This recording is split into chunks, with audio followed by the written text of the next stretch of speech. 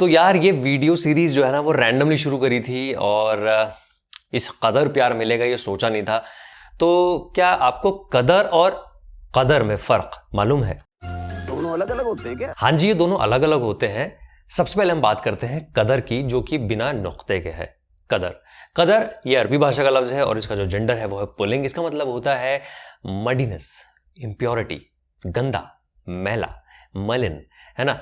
और दूसरा जो कदर है जो हम आमतौर पर ज्यादा सुनते हैं, ये भी अरबी भाषा का लफ्ज है लेकिन इसका जो जेंडर है वो स्त्रीलिंग।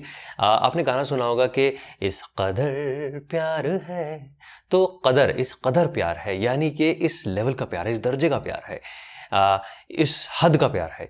तो लेवल दर्जा है।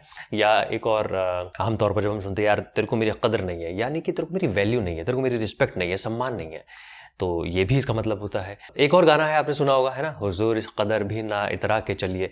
तो कदर और कदर, तो ये होता है इनका मतलब।